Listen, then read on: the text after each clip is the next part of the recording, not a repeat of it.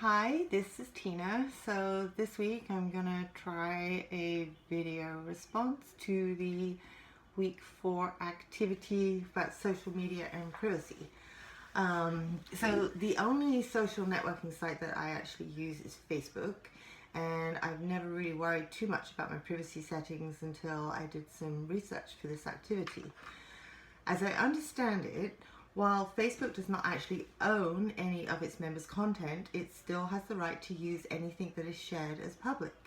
So if you haven't set your privacy settings correctly, then you're pretty much fair game. Another thing is that say you share a post or picture with your friends only, but one of those friends decides to share it publicly, then that's it. It's out there for everyone to see regardless of what your wishes were. I remember when my niece had her first baby, she wanted to share a few pictures with just a few of her close friends and family, and made sure that the post was not public.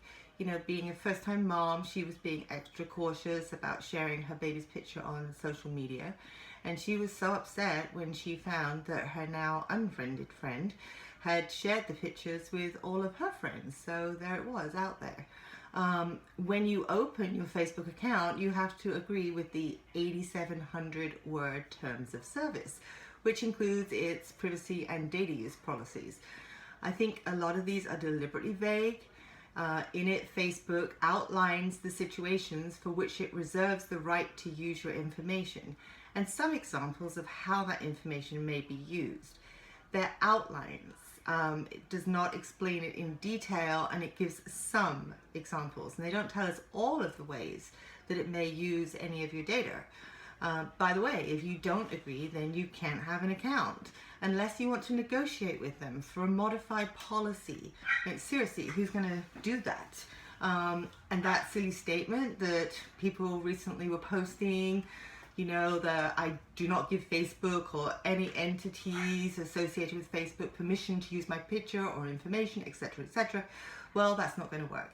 It's in their policy that you agree to, that they can use and distribute and share things that you post, subject to the terms and applicable privacy settings. So nothing you post on your page is actually going to change that. Regarding the sharing of my information with advertisers, there's a section in the terms and services about advertisements where it says that they do not give your content or information to advertisers without your consent. Well, by signing up for Facebook and creating a profile that is, of course, public, then obviously the advertisers do have access to my information. And when somebody decides to advertise on Facebook, the company allows them to select the demographics that they want to reach. And then this info comes from your Facebook profile and activity that you have done on the site. Although I don't really like it, mainly because I find it annoying having ads popping up everywhere, I understand that it is necessary. Facebook is free to users, so advertising is the main source of revenue to the company. On the topic of the high school teacher posting photos on her Facebook page drinking at a party and being suspended, there's actually a similar case in 2009. A teacher, Ashley Payne, she was vacationing in Europe and posted a picture of herself with a glass of wine in one hand and a pint of beer in the other. She didn't appear to be intoxicated. She was just having some fun. A parent of one of her students saw it and complained to the school board. She was given the option of resigning or being suspended, and she resigned. She did sue to try and get her job back, but she lost. She had said that she had no communication with any of her students through Facebook. However, it was later found that she had in fact befriended a student, which of course then opened her profile to the student and in turn his nosy mother. I think this is a huge shame and a violation of her rights.